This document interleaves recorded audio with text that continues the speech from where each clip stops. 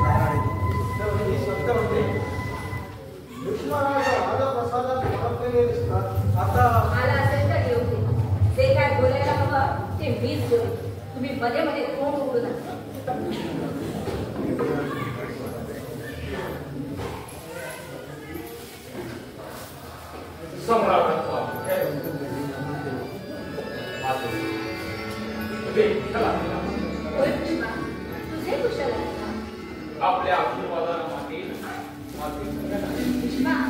या घडीला तुला कोणता आशीर्वाद तुला पुत्र म्हणून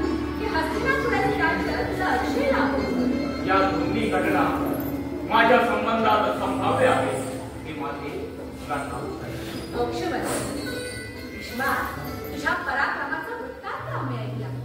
खरोखरच काशी राजाच्या कन्या फार भाग्यवान आहे. माते त्यात काय समजेल?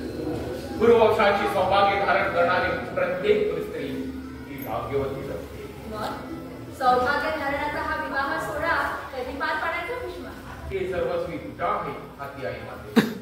स्वयंवरात जिंकलेल्या कन्या तुझ्या पायी अर्पण केल्या म्हणजे माझं कार्य संपलं. कार्य संपले नाही भीष्मा, तर कार्य सुरू झाले. खरं आहे. पुढल्या पिढीचे नवे होम उगवतील त्याची जोपासना मला केली पाहिजे. राजमाते, भीष्माचा पराक्रम पाहायला खरोखरच आपण हव्या होते. स्वभाव देशाच्या शालवराची तर भीष्माने केवढी दैना केली म्हणून सांगते. हा शाल स्वयंवराच्या भर दरबारात भीष्माकडे बोट टाकून म्हणतो, हे धर्माचे वृद्ध कपी, आपले पांढरे केस घेऊन इथे निर्लज्जासारखे आले तरी कशाला? यांच्या कर्मचाऱ्याची प्रतिज्ञा म्हणजे नुसती वल्कनासती म्हणायची. बाकी योग्यच आहे. जसा पिता तसा पुत्र. राजमाते, मला सांग, शिवाच्या उदाहरणाची मदत घेतवर गेली. माते, मला वृद्ध कवी म्हटल्याचा मुळीच घेत नाही. पांढरे केस हे उगवत्या वार्धक्याचे मी शिरोभूषणच मानतो. पण माझ्या पित्याचा असा दुष्ट उल्लेख आणि माझ्या व्रताची अशी अवहेलना त्यांना करायला नको होती. स्वयंवराच्या दरबारात मी केवळ विचित्र वीर्याला वधू मिळवण्यासाठी गेलो होतो. हे का शालराजाला माहित नव्हतं? भीष्मा, तू विचित्र वीर्यांसाठी वधू? स्वयंवरात जिंकलेला राजा कन्या आपण सम्राटांच्या विवाहासाठी आणल्या, नाही तर दुसऱ्या कुणाच्या. राजराज माते, आपल्या मनात काही विकल्प आलेला आहे. विकल्प नव्हे, पण शंका आली होईना. इतक्या वर्षाच्या सहवासाना देखील भीष्माच्या प्रतिज्ञा पालनाविषयी तुझ्या मनात संदेह करायला आहे का? भीष्मा, वर्षांचा काय प्रश्न? विश्वामित्रासारख्या तपासाचं मन चढायला देखील एक क्षण पुरला नव्हे का? एक विश्वामित्र चढणं म्हणजे काही सारे ऋषीमुनी पतित झाले नाही. लक्षावधी मुलगा रोज आकाशातून दगड होऊन दुरीत कोसळतात.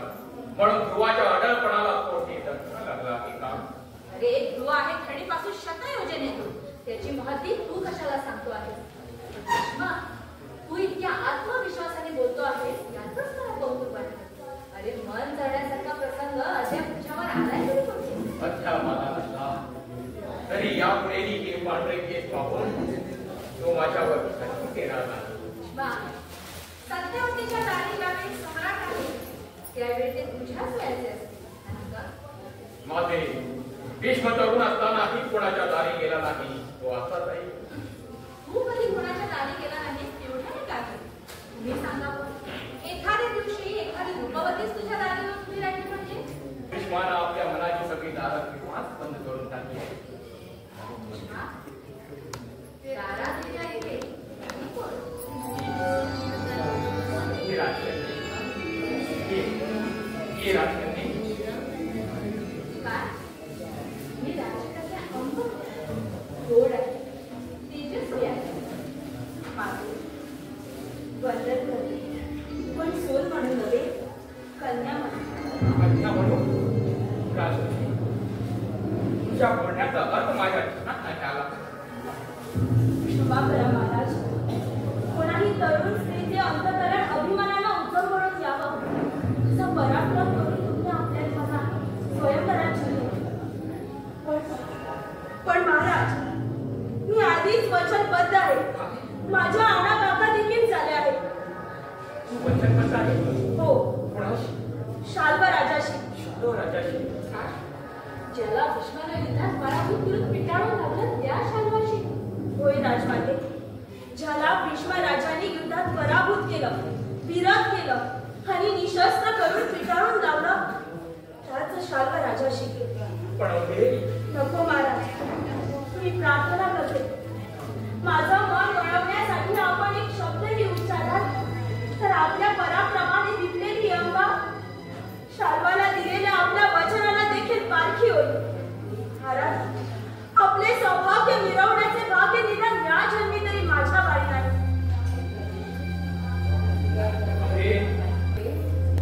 भीष्माने तुला आणि